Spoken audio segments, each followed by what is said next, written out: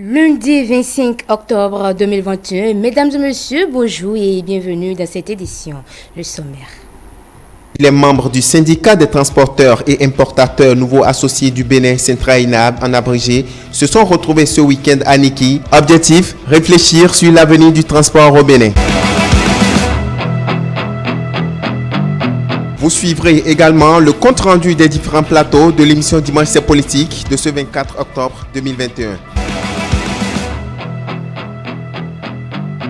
Et puis, mise en terre ce samedi 23 octobre de plusieurs plants de cocotiers. C'est une initiative du Rotary Club de Cotonou Lagune en partenariat avec les Lions Club et Toastmasters. Voilà pour le sommaire.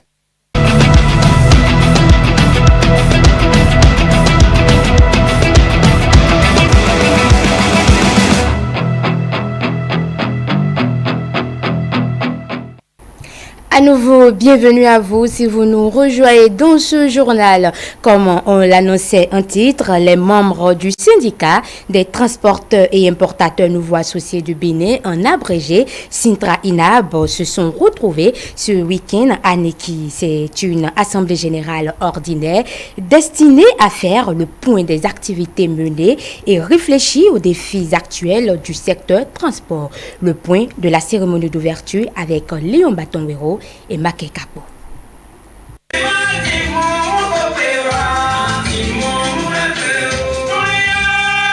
La commune de Niki, dans le Borgou, accueille l'Assemblée générale ordinaire au titre de 2021 du syndicat des transporteurs et importateurs nouveaux associés du Bénin, Centra-INAB. Les délégués à cette assemblée générale se sont retrouvés pour évaluer une fois encore le chemin parcouru et se donner les moyens de relever les défis actuels à travers la réflexion commune. Le Centra-INAB, depuis sa création, se démarque par ses actions. À titre illustratif, quelques-unes sont citées en cette occasion. Il s'agit de la descente prompte en septembre 2018 d'une délégation de Centra-INAB à Manaville après l'effondrement du pont de Manaville et la franche collaboration avec les autorités en charge des transports dans la recherche des solutions aux problèmes causés par l'effondrement de cet ouvrage. Le rôle déterminant joué par le bureau exécutif du Centra-INAB dans la réussite de la campagne cotonnière 2016, que certains syndicats avaient délibérément décidé de saboter pour des raisons politiques en lançant un mot d'ordre de grève inadapté et nuisible pour paralyser la campagne cotonnière. La médiation du Centra-INAB dans l'affaire opposant un transporteur de Boycon à Oudou Inoussa, un grand opérateur économique nigérien, et qui a permis aux deux parties d'accepter un règlement amiable de litige et d'éteindre l'action en justice sur ce contentieux. Les nombreuses interventions des responsables de Centra-INAB pour sortir des transporteurs de plusieurs situations de détresse, dont la plus importante est la levée du blocus sur plus de 700 camions immobilisés pendant des jours à Gaïa en 2018. Le syndicat n'est pas parvenu à ces résultats sans la collaboration de ses partenaires. Parmi eux, invités à cette assemblée, la police et la douane, disposés d'ailleurs à toujours accompagner les transporteurs. Nos portes seront toujours ouvertes pour recueillir vos doléances, entendre vos difficultés et certainement apporter les solutions idoines. Le gouvernement actuel a choisi de libéraliser vraiment l'activité du transport, de libérer les différents corridors du Bénin pour faciliter votre activité. Et cela a permis de classer le Bénin premier pays où la libre circulation des personnes et des biens est effective dans l'espace UEMOA et même de la CEDEAO. Nous tirons un grand chapeau au gouvernement de la rupture.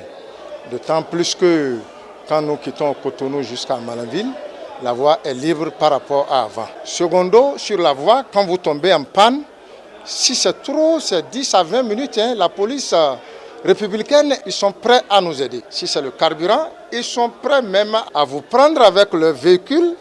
Vous irez chercher le carburant et vous ramènent gratuit. Vu les efforts fournis, il faut maintenir le cap. Mieux, la rencontre de Niki se propose de réfléchir sur l'avenir du transport au Bénin. Deux sociétés, la Société de développement du coton, Sodeco, et Oriba, une société nigérienne, ont reçu des distinctions honorifiques.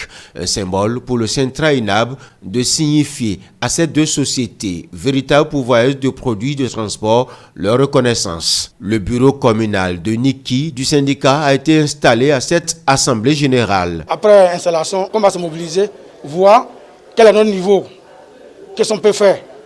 Et ensemble, comme je suis président, ce n'est pas moi seul qui va travailler, c'est ensemble. C'est grâce à mes collègues qu'on va travailler ensemble. Un travail d'équipe tant pour les bureaux locaux que celui national, une méthodologie efficace de règlement des problèmes du secteur transport par les dirigeants, ce qui fait de ce syndicat un creuset admiré par les délégués des différentes communes. La journée mondiale contre la polio est célébrée ce 24 octobre, un mal qui attaque le plus souvent les enfants à la naissance. À cet effet, la rédaction de votre chaîne de télévision y a consacré un magazine. Stanislas Amois s'est donc rapproché de l'artiste béninoise Miss Espoir qui a contracté le virus de la polio et en garde les séquelles. Suivez.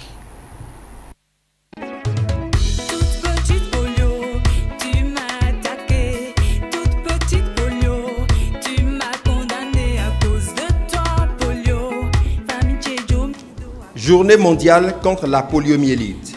À l'occasion de l'édition 2021, nous avons choisi de faire une incursion dans l'univers d'une artiste béninoise, victime très tôt de ce mal, mais qui a su dompter sa situation et en tirer le meilleur pour se construire une bonne réputation. Yaovi Omoloto Ahamanda, plus connue sous l'appellation Miss Espoir, n'est pas arrivée à ce stade par hasard. Pour elle, la vie n'a pas toujours été facile. La poliomyélite a failli avoir raison d'elle alors qu'elle n'avait que 5 ans. J'ai eu la poliomyélite quand j'avais 5 ans parce que quelqu'un qui était très important pour moi me l'avait insulté. Et j'ai demandé, mais qu'est-ce qu'il y a, que ça veut dire? On m'a dit, ouais, tu as été victime de la polio quand tu avais 18 mois et voilà, c'est pour ça que tu boites et tu es condamné à boiter toute ta vie. Et déjà à 5 ans, j'ai eu le déclic quand même. La poliomyélite est une affection qui touche très souvent les enfants dès le début de leur vie. Les spécialistes des questions de santé en parlent. Ce mal, il faudra s'en méfier. C'est déjà une maladie, c'est une maladie infectieuse. Le virus en cause réellement, c'est le poliovirus. La communauté internationale a bien fait de dédier une journée pour la lutte contre la poliomyélite. L'Organisation mondiale de la santé a souvent invité les pays à rester vigilants dans la lutte contre ce mal, une maladie autrefois responsable de millions de décès chaque année. Qui est une journée déjà dédiée pour cela? Vous avez compris déjà que c'est un problème de santé publique. Loin des statistiques, Miss Espoir pense que la situation de l'enfant atteint de polio n'est pas toujours aisée. Ils sont bien souvent victimes, à tort, d'une sorte de discrimination de la part de la société. Si ton enfant qui a la polio va déposer un bac plus 5 ou 10, va déposer son dossier pour avoir du job, là où d'autres personnes qui ne sont pas victimes de la polio déposent leur dossier, quand on va regarder, chance et on va prendre ton enfant parce qu'ils vont préférer prendre un enfant qui n'a pas de séquelles. Donc, tu comptes faire, ton enfant est vivant mais il est comme mort. Tout comme elle, des personnalités du monde culturel, politique, d'ici ou d'ailleurs, ont gardé les séquelles du virus de la polio, faute à un relâchement au niveau du suivi maternel. Une prise de conscience s'impose. Donc pour un enfant, là, c'est des gouttes. Ting, ting, ting, ting. Le vaccin pour la poliomyélite, c'est de 0 à 5 ans. C'est 0 à 5 ans. Donc franchement, ne chassez pas les gens. Vaccinez vos enfants. Ne chassez pas ceux qui viendront à la maison toquer à vos portes pour vacciner vos enfants. Moi, j'ai vaincu cette fichue polio depuis que j'avais 5 ans. Donc voilà. La vaccination constitue pour le moment le moyen le plus sûr pour lutter efficacement contre la poliomyélite.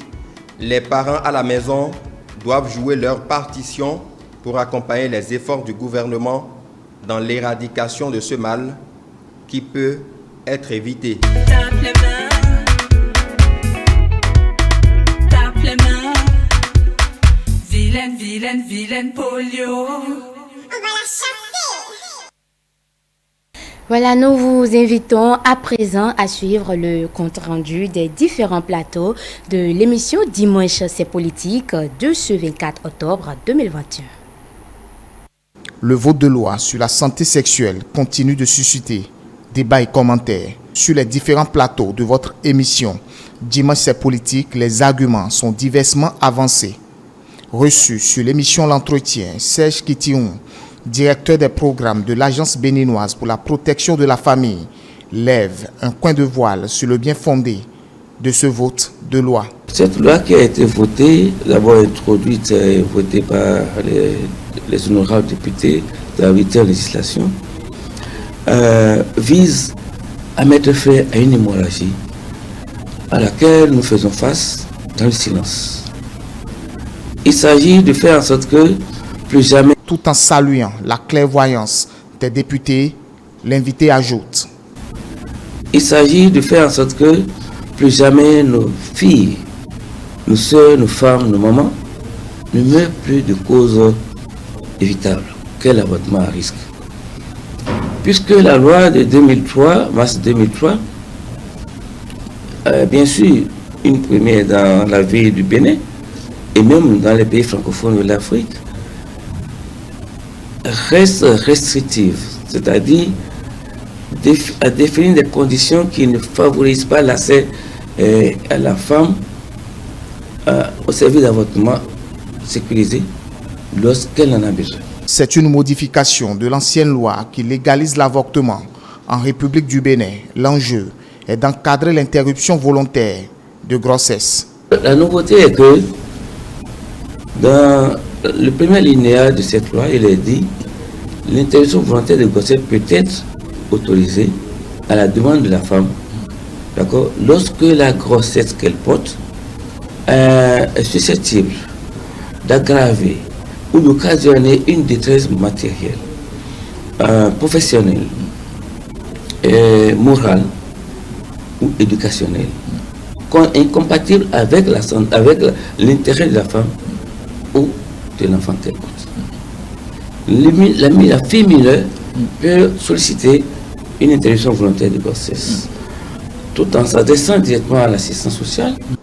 Attention, alerte Abiba Randessi sur le sujet, le duel. Car dit-il, il y a un piège que beaucoup ne voient pas.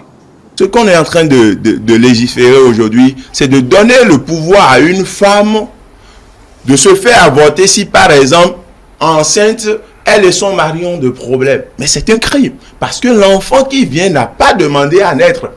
L'enfant qui vient n'a commis aucun crime. Pourquoi en réalité voter une loi pour légiférer l'avortement? Pas d'inquiétude, soumis son vis-à-vis, le vote de loi n'est ni à encourager l'avortement, mais à encadrer l'IVG. C'est cette loi qui existait depuis 2003, puisque aujourd'hui le législateur n'a pas inventé, c'est cette même loi qui existait depuis 2003 que le législateur aujourd'hui a réactualisé et mieux encadré. Mieux encadré dans le sens où il y a environ 2 dispositions qui ont été ajoutées à cette loi, pour la loi qui a été votée il y a quelques jours en 2021. Là. Même sur l'hebdo des éditorialistes, le sujet suscite beaucoup d'interrogations. On se demande pourquoi est-ce qu'il y a eu cette véritable opposition de la population par rapport au vote de cette loi. Est-ce à dire que le Parlement béninois a manqué véritablement d'aller d'abord au contact de la population ou bien a manqué véritablement de communiquer autour de cette loi qui, il faut l'avouer aujourd'hui, n'a pas pu avoir l'assentiment de toute la population béninoise. Il faut avouer que il y a tellement de polémiques. C'est une loi qui, à l'heure actuelle, crée la controverse au sein de la population. Avant, par le passé, quand vous aviez le sida, on a peur de dire qu'on a le sida. Aujourd'hui, on n'a plus peur de le dire parce qu'on sait que ça se guérit. Il faut briser la glace. Il faut montrer aux gens que c'est possible de faire un avortement. Maintenant, venez, on définit avec vous les conditions. En attendant les décrets d'application, la loi est diversement appréciée, suscitant parfois des interrogations dans l'opinion.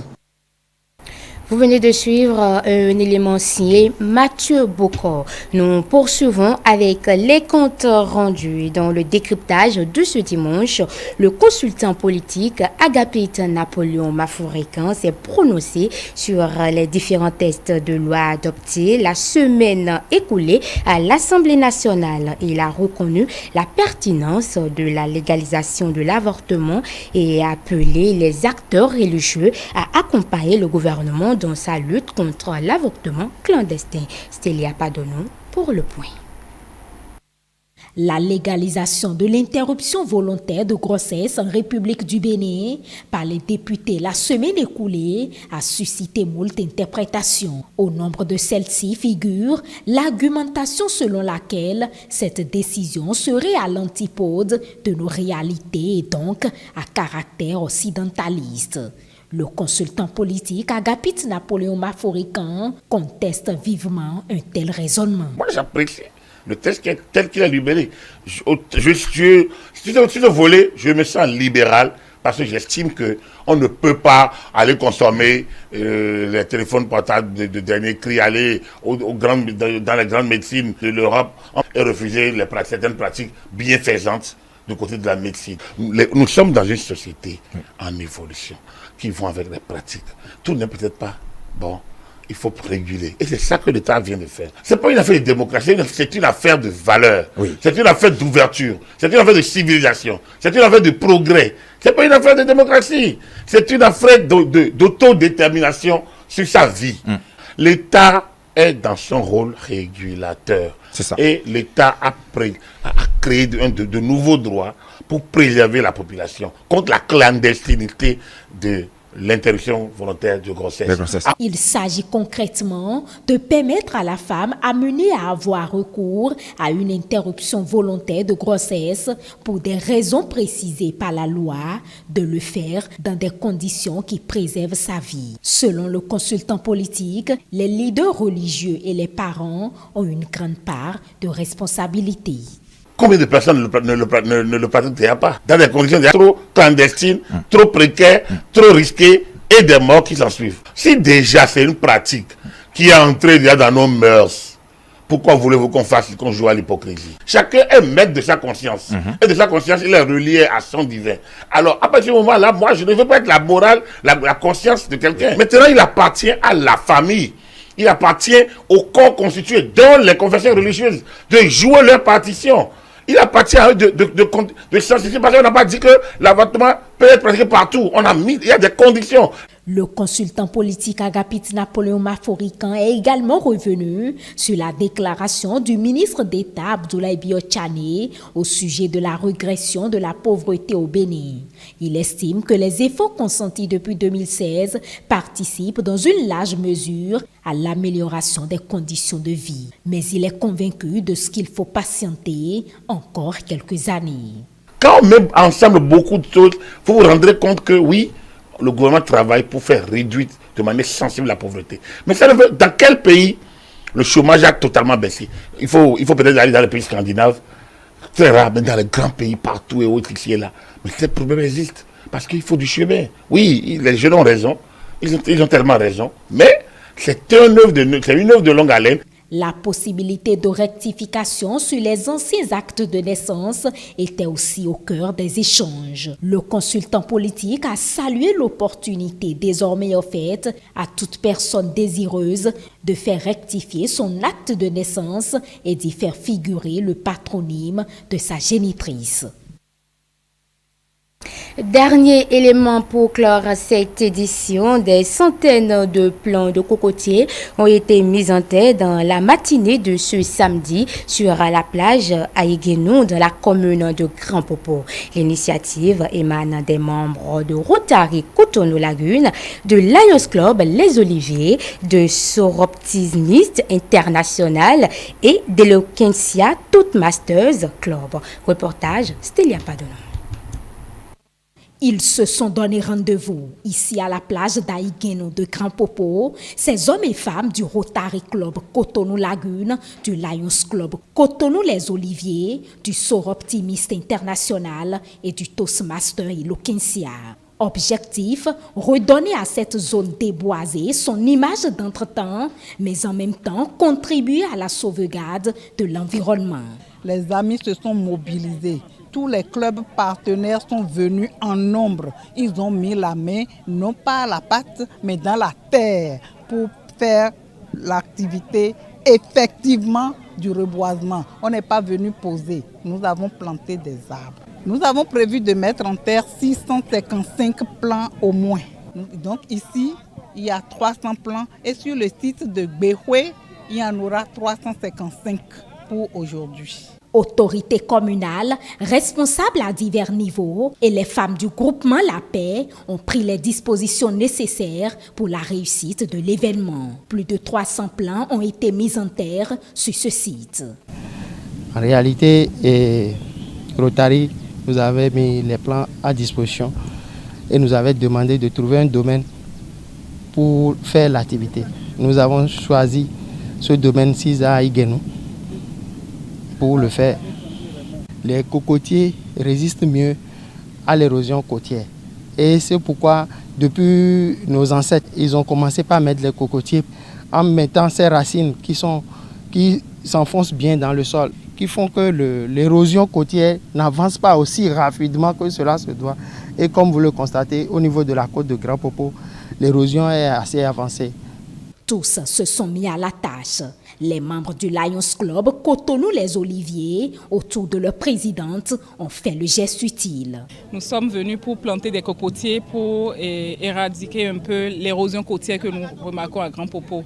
Le sentiment qui nous anime, c'est vraiment un sentiment d'avoir participé à rendre notre environnement un peu plus sain. Ça va être très beau d'ici quelques années de voir que notre activité d'aujourd'hui a porté. En plus d'œuvrer pour la protection de l'environnement, cette activité de reboisement a été pour les membres de ces différentes associations une occasion de communion. Et je suis heureuse d'être là avec les sœurs, les membres de mon club pour cette activité. Le Sœur Optimiste vient d'avoir 100 ans et une des activités retenues pour le centenaire, c'est la plantation d'arbres pour lutter en quelque sorte contre le réchauffement climatique. Tout est mis en œuvre pour le suivi et l'entretien de ces plans. C'est à ces femmes de l'association La Paix que revienne cette mission.Elles en sont conscientes et s'engagent à assumer. Ce que je peux dire, c'est de les remercier parce qu'en tout temps, on avait, pour celui-ci maintenant, en tout temps, on avait des cocotiers ici, mais il n'y en avait plus à cause de la mer. Maintenant, je crois que d'ici là, on verra encore des cocotiers. Je les félicite et merci pour le pas. Pour accompagner ces dames, le Rotary Club Cotonou-Lagune et ses partenaires leur ont fait don de quelques objets. L'activité s'est achevée à la satisfaction de tous. Voilà, mesdames et messieurs, c'est sur cet élément réalisé par Stélia Padonou et Paul Esther Saoussi que nous refermons ce journal. Merci de nous avoir suivis. Vous pouvez également nous suivre sur nos différentes plateformes digitales, le www.etelebene.com ou sur YouTube et Facebook en tapant tout simplement eTélébéné.